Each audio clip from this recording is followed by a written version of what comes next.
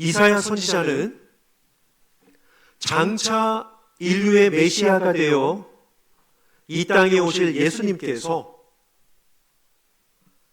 지상사역을 통하여 그리고 부활과 승천을 하신 이후에 가지실 마음을 예언하게 됩니다.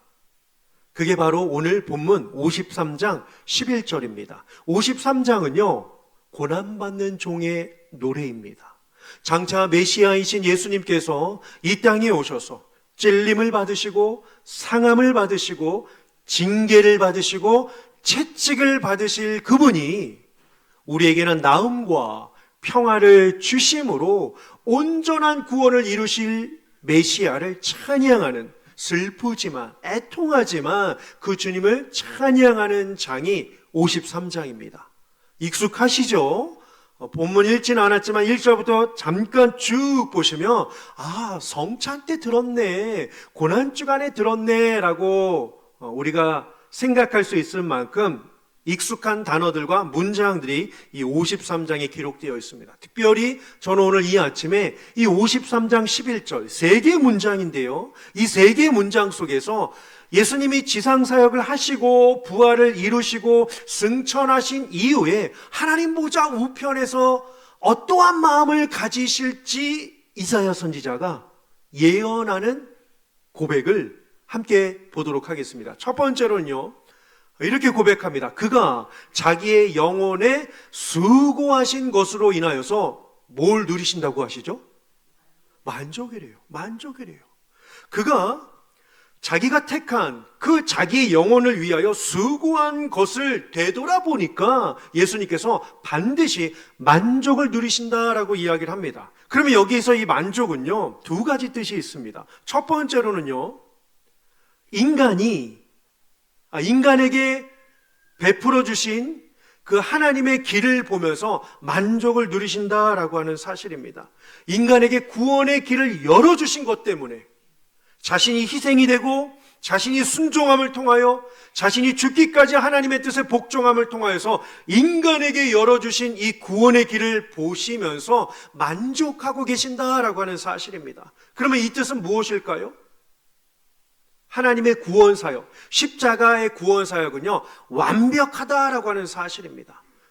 만약에요, 인간이 구원을 얻기 위하여 십자가 외에 다른 것을 더해야 한다라고 한다면 인간에게도 부담이 되고 어려움이 되겠지만 예수님의 입장에서도 참신이 참사람이 되어 이 땅에 오셔서 순종하시고 십자가에 죽으셨기까지 하셨는데 그 죽으심이 헛된 것으로밖에 보이지 않기 때문입니다. 그렇죠? 하지만 예수님께서 인간에게 구원의 길을 열어놓으신 것을 바라보시면서 만족하신다라고 하는 이 뜻은 결국 무엇일까요? 주님이 우리에게 구원을 베푸신 십자가의 사건은요, 최고의 구원을 이루신 예수님의 사건임을 정확하게 말씀해주고 있는 것입니다. 또 한 가지는요, 인간에게 베풀어 주신 구원의 길을 보시면서 예수님께서 만족하실 뿐만 아니라 또 한 가지는요, 그 열어놓으신 그 길을 걸어가고 있는 성도들을 보면서 예수님께서 만족하고 계신다라고 하는 사실입니다. 2가지 만족인 거죠.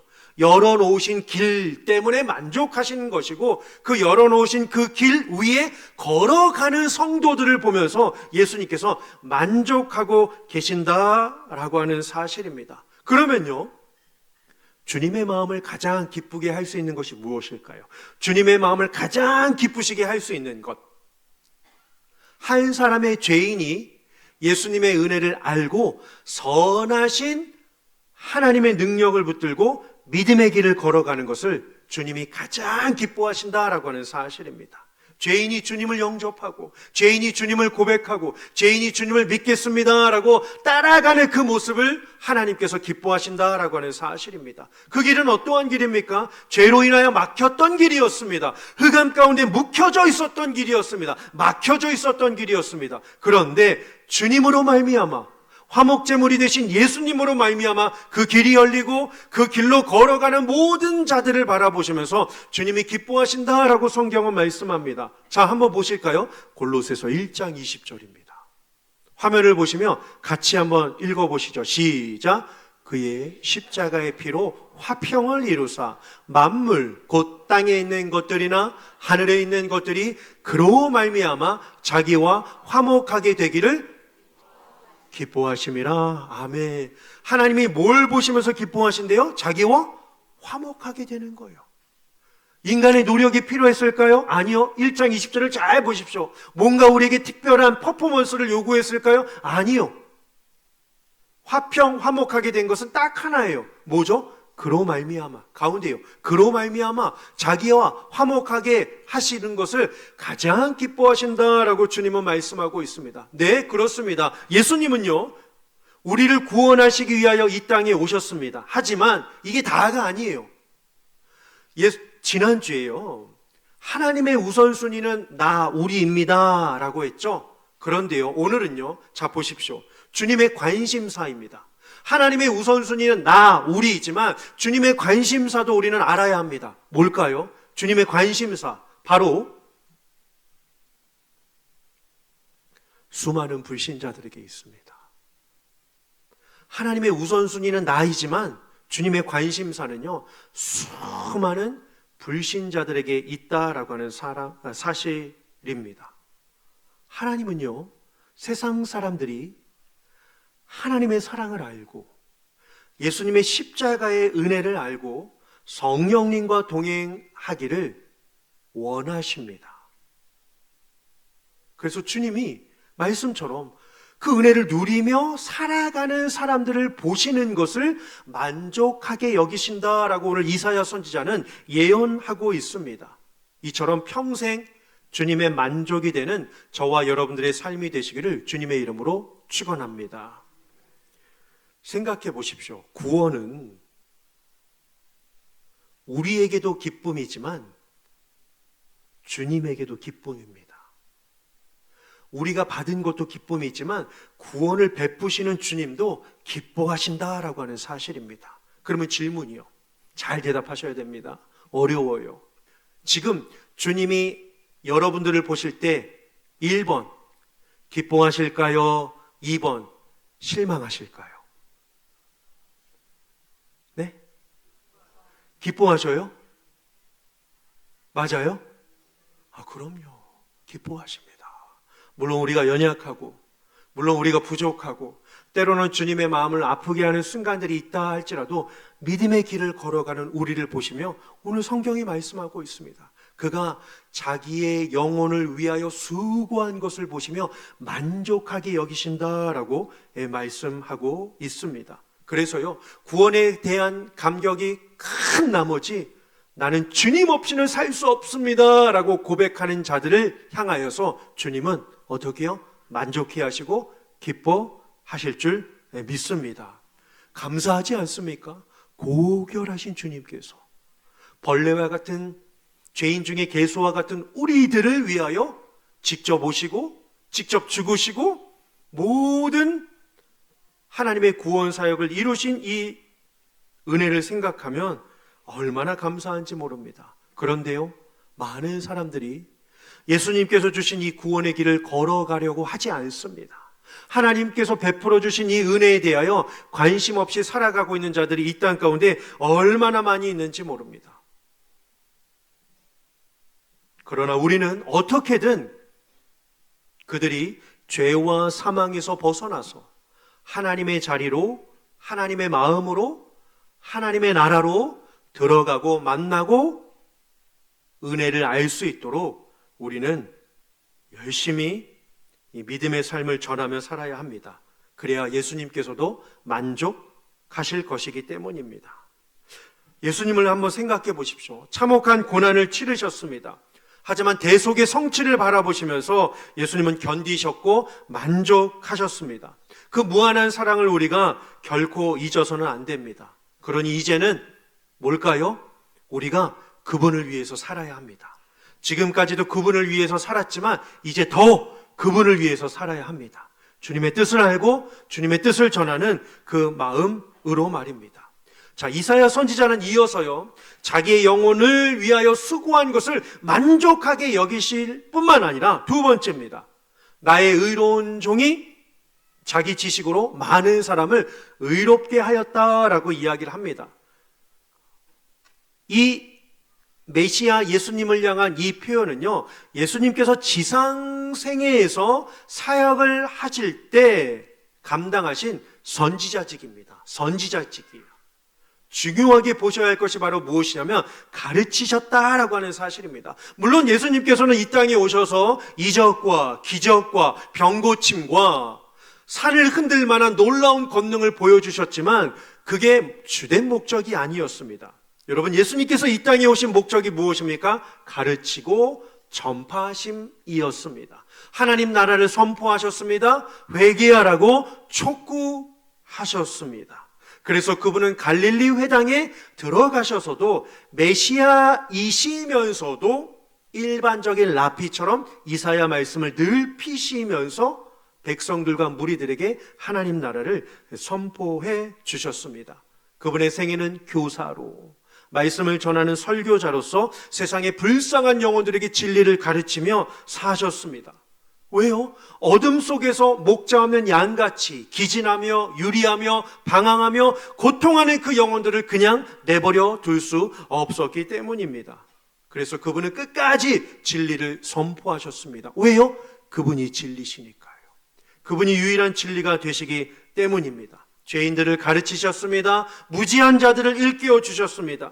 특별히 구원자로 오신 예수님께서는 말로만 하나님 나라를 전하지 않으셨습니다. 몸소 행하며 실천하기도 하셨습니다. 또한 행함에도 불구하고 깨닫지 못하는 연약한 자들에게는 기적과 능력과 이적을 베풀어 주시면서 하나님 나라를 보여주셨습니다. 그런데요, 빛이 오셔서 빛으로 깨닫게 하셨지만 많은 사람들이 그 빛을 알아보지 못했습니다. 깨닫지 못했습니다.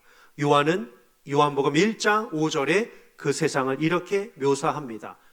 같이요, 시작. 빛이 어둠에 빛이 돼 어둠이 깨닫지 못하더라.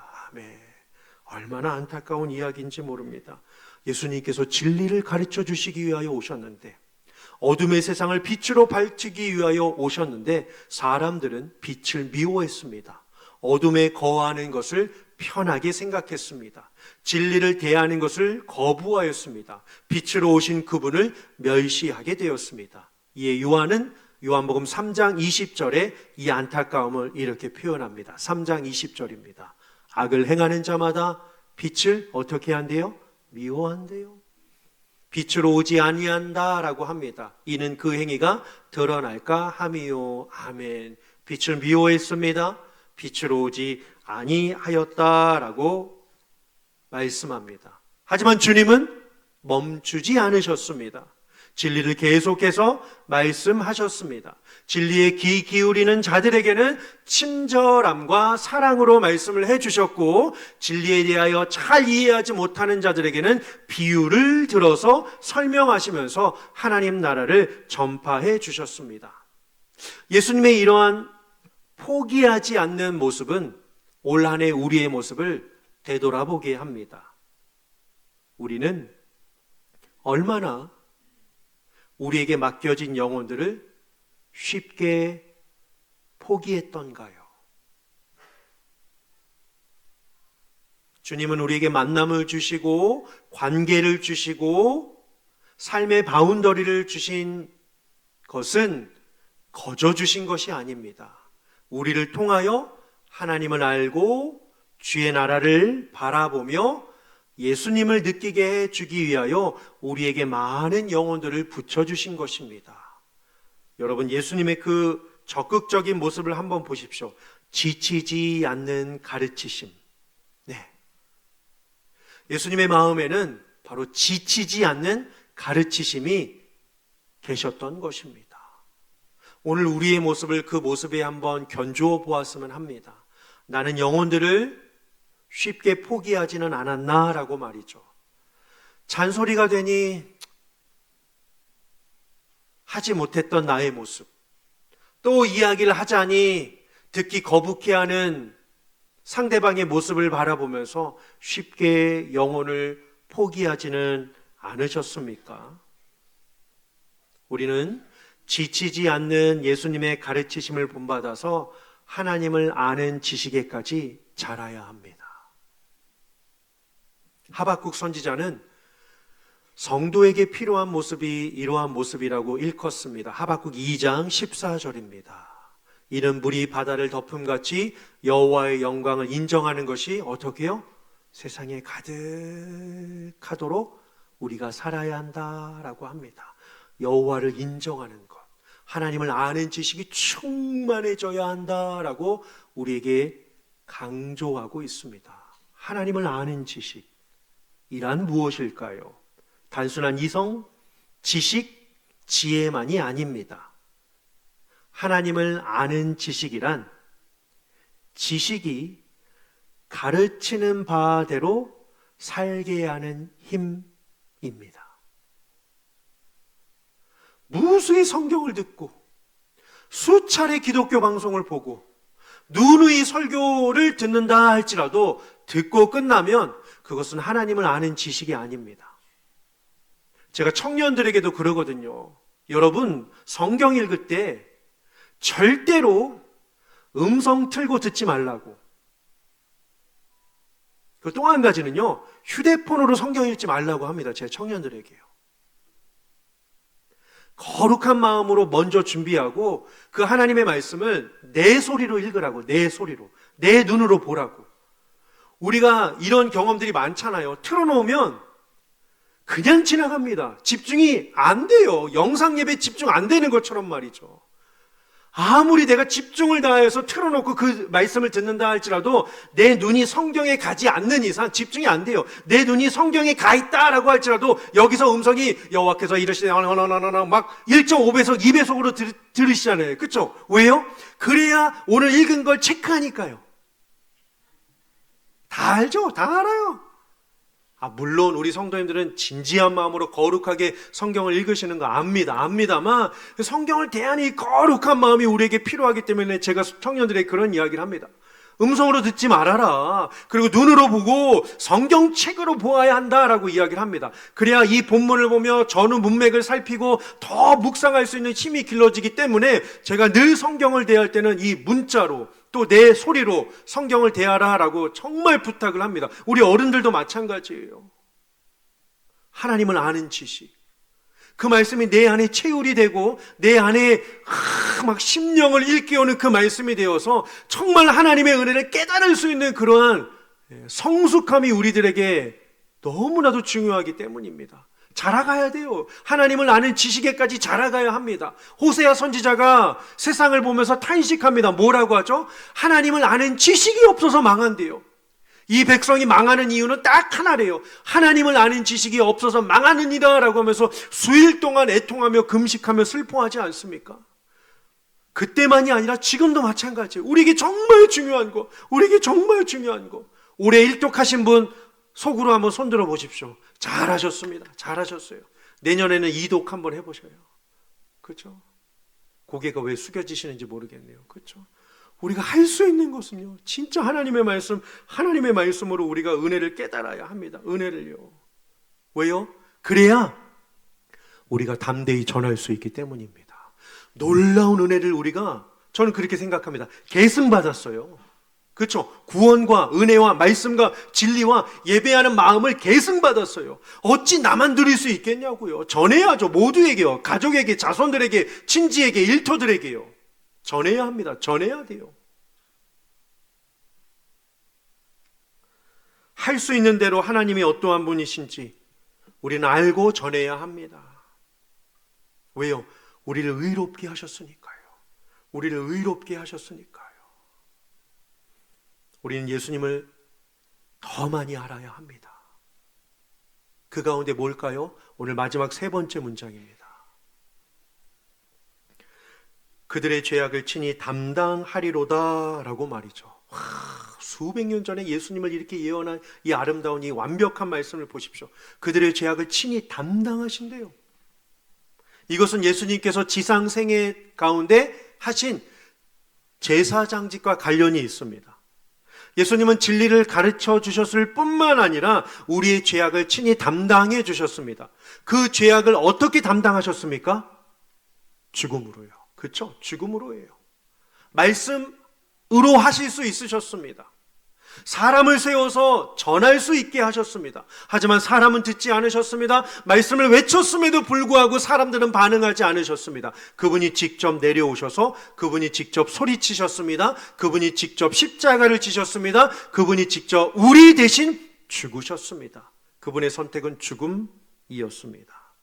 비참한 죄의 자리에서 우리를 건지기 위하여 몸으로 이 세상에 오셨고 십자가에 못 박혀 죽으셨습니다. 여러분, 우리가 죽어도 잊지 말아야 하는 것이 뭔지 아십니까? 내가 죽어도 잊지 말아야 하는 게 뭘까요? 김 집사가 내 마음을 후집어 놓은 걸까요? 박 권사가 내 뒤에서 험담한 걸까요? 목사가 나를 위하여 기도 안 해준 걸까요? 죽어도 잊지 말아야 할 게 뭘까요, 여러분? 예수님이 나를 사랑하셔서 이 땅에 오시고 나의 죄를 친히 담당하셔서 나에게 구원을 주신 것, 우린 이 사실을 죽어도 잊어서는 안 됩니다. 다른 게 없어요. 다른 게 없습니다. 그런데 은혜에서 멀어지면 이 사실이 아무런 감격으로 다가오지 않아요.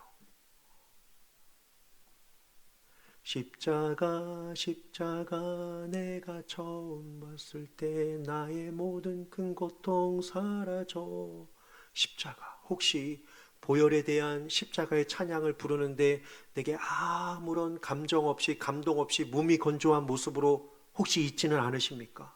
주의 말씀을 대하고 앉았는데, 주의 말씀을 청종하고 있는데, 주의 은혜를 듣고 있는데 아무런 감정, 감동, 생각 없이 내가 요지부동하지 않고 그냥 있다라고 한다면 은혜에서 멀어진 겁니다. 마치 수도꼭지만 돌리면 수돗물이 나오는 것처럼 여겨지고 말면 안타까운 것 아니겠습니까? 그러면 어떨까요? 감사가 없어져요. 은혜에서 멀어지면 감사가 없어집니다. 감사가 없어지면 하나님에 대한 사랑이 식어버리고 맙니다. 그리스도인이 기쁨이 없는 삶을 사는 이유는 오직 하나입니다. 은혜로부터 멀어진 채 무감각해져 있기 때문입니다. 무감각해져 있지는 않나 우리 한번 돌아보길 원합니다. 은혜에서 멀어지면 십자가에 대한 정당한 반응을 우리는 할 수가 없습니다. 여러분, 십자가는 무엇입니까? 두 가지잖아요. 하나님의 크신 사랑과 하나님의 크신 아픔입니다. 그렇죠?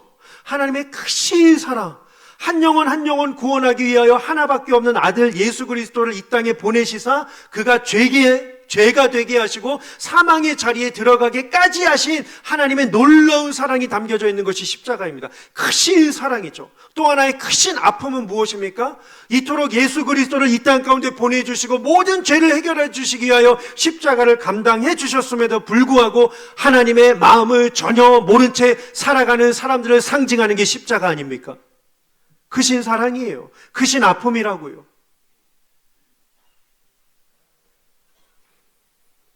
하나님의 마음을 모르는 사람들을 향하여 연민의 마음이 있으십니까? 그러한 무지한 사람들을 애타게 기다리시는 하나님 아버지의 마음을 알고 계십니까? 하나님께서 우리에게 은혜를 주신 이유는 하나님께로 인도하라고 하는 사명입니다. 이 사실을 다시 한번 기억하시며 예수 그리스도에게는 만족을, 하나님 아버지에게는 기쁨을 드리는 귀한 삶이 되시기를 주님의 이름으로 축원합니다. 하나님,